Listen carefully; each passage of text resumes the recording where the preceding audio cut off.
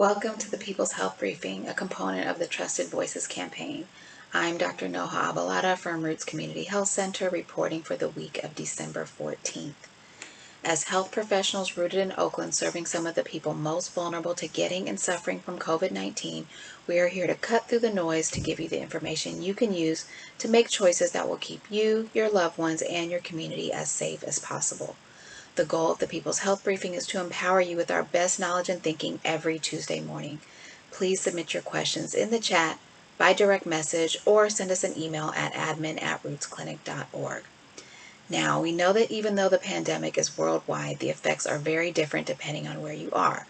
So we are here to give you information about Alameda County, Oakland, and East Oakland in particular. Alameda County now has over 38,000 cases, and there are 546 COVID deaths. Last week, there were over 32,000 cases. Now there are over 38,000. That big jump of about 6,000 cases in such a short time frame is very concerning. Now let's take a look at hospitalizations, which is even more worrisome. Hospitalizations continue to increase, and you see that this line is just going straight up like never before. The steepness of this curve is quite alarming. As of Monday, we have 302 COVID patients in the hospital. We have not seen this many COVID hospitalizations in Alameda County ever. In fact, we've been breaking the single-day record every day for over a week now. Remember, our previous peak was in July at 213. Now we've surpassed that by 89 people and are now at an all-time high of 302 COVID patients in the hospital. This is likely now starting to include the Thanksgiving holiday weekend, but probably not the full effect just yet. When will it peak and when will it start coming back down? We just don't know. Now, our ICU capacity remains good, and that is reassuring. But ICU capacity across the region is a concern, and we have neighboring counties whose numbers of hospitalization, including ICU, are also going up just like ours. And we're all working together, so we will be sharing ICU bed capacity across the region. And if we look at just 3 of our neighboring counties, by example, Santa Clara County, San Francisco County, and Contra Costa County, you can see that they're all going consistently up in terms of hospitalizations, just like we are here in Alameda County. So while it is good that we do have ICU capacity now, we need to be concerned with the overall region's ICU capacity, especially because, again, we just don't know when any of us will reach that peak and begin to come back down. Daily cases in the county continue to rise as well, as we've been showing you for the last couple of weeks. And I wanted to show you what we are seeing at our testing site specifically. As you can see here, this is showing the number of positives compared to the overall number we tested, or the positivity rate for the last month or so. As you can see, the percentage of positives is climbing significantly. The main question we have been getting is why? Why are we seeing a spike right now? And it's a great question, especially because the surge in cases was starting well before the Thanksgiving holiday weekend. It is continuing to rise following the holiday weekend, but again, we started to see the uptick in cases sooner, so we can't blame it entirely on the holiday weekend. We began seeing an uptick in early November, which means when we work backwards that this would reflect people being exposed and contracting COVID starting around late October. You may recall that Alameda County entered the orange tier, and on October 23rd, a number of restrictions were loosened up and things that were previously not allowed were permitted again. Of course, we might guess that this led to more mixing and more gathering, businesses opening back up and more people going back to work, all of this potentially leading to more exposure and more cases. So to get a better understanding of what is going on, we took a closer look at positive cases at Roots East Oakland testing site. Here you can see most likely source for Oakland residents who tested positive at our site. We looked at about the last 6 weeks, and then we compared that with the 6 weeks before that. And I want to call your attention to most likely causes. Taking a look at the blue slice, that reflects those whose most likely source was within their own home. That has been the largest most likely source basically since the beginning of our testing efforts, and it remains the most likely source among those we have tested. Looking at the red slice, that's the workplace, and that has been the second most likely source for some time as well. The yellow slice represents those who likely contracted it from an individual outside the home, and this is typically a family member, a coworker, or a friend who tested positive for COVID. And that has been in third place for some time now. But what I want to call your attention to here is the green slice, which represents parties and gatherings. These could be weddings, funerals, or parties, as well as gatherings in people's homes or in restaurants, bars, and clubs. As you can see, this went from less than 3% of cases from October to mid-November to now 14% of cases from mid-November to now. That is just a very significant increase from 3% to 14% of positives. So again, this is Roots only data, but it is looking at 555 positive Oakland residents we tested from October 4th until now. So it gives you a window into what we are seeing in Oakland in particular.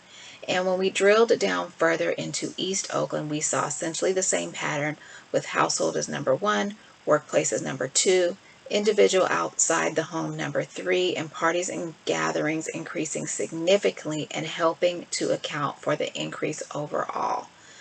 So whether this is from fatigue of being separated and taking all the precautions we know work, or whether it was a direct response to loosening of restrictions and people feeling like they could relax, we don't know, but we do know that parties and gatherings are a major culprit in the uptick, and this includes the holiday weekend, but is not solely accounted for by the holiday weekend.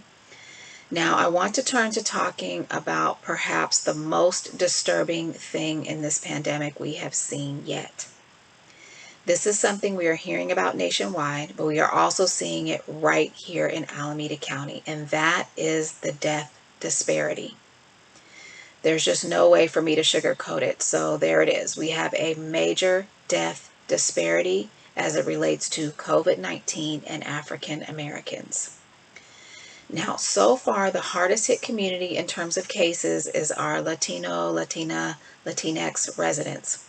And this community is experiencing by far the highest number of COVID cases in Alameda County. But what I'm talking to you about today is deaths. Take a look here at the death rate per 100,000 population. And remember, when we look at per 100,000, that helps us compare apples to apples. So this has nothing to do with how many people from each race makes up the population, because we are adjusting it to per 100,000 Alameda County residents per race. So as you can see here, African Americans are dying at almost double the rate of everyone else. Double.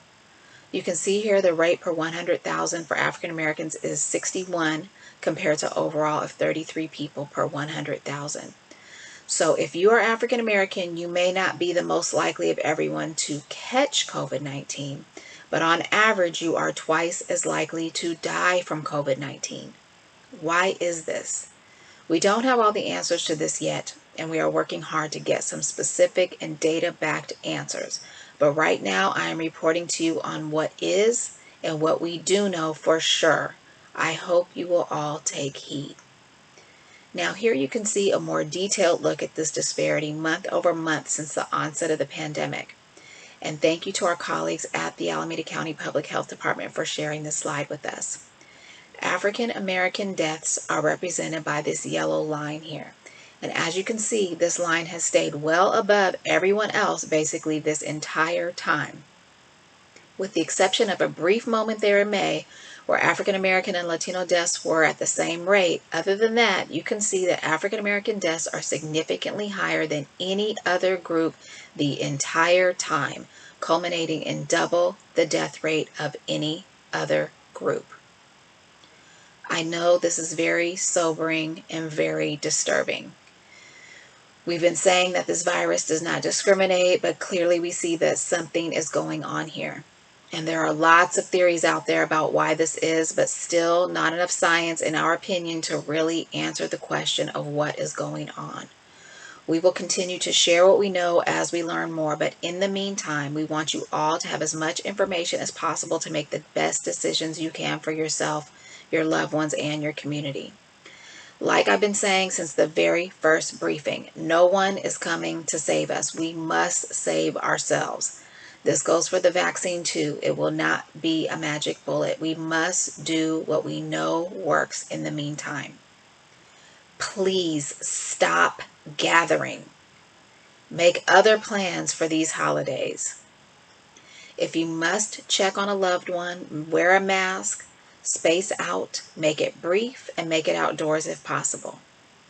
Shelter indoors as much as you can, whenever you can, but only with members of your household. If you think members of your household have been exposed, you may choose to wear a mask in shared areas and keep good air circulation and distancing in your home. Don't share your air. Mask up, space out. Protect your elders and those with underlying conditions. If you think you were exposed, isolate yourself, get tested in 5 to 8 days, continue to isolate yourself until you get your results. If you have symptoms, do not go to work. Do not gather. Isolate yourself, get tested as soon as you can, and continue to isolate until you get your results. We are the only ones who can keep us safe. That concludes today's People's Health Briefing. Please submit your questions in the chat, by direct message, or email us at admin@rootsclinic.org. Thank you for joining us. Please tune in next Tuesday at 10. See you then.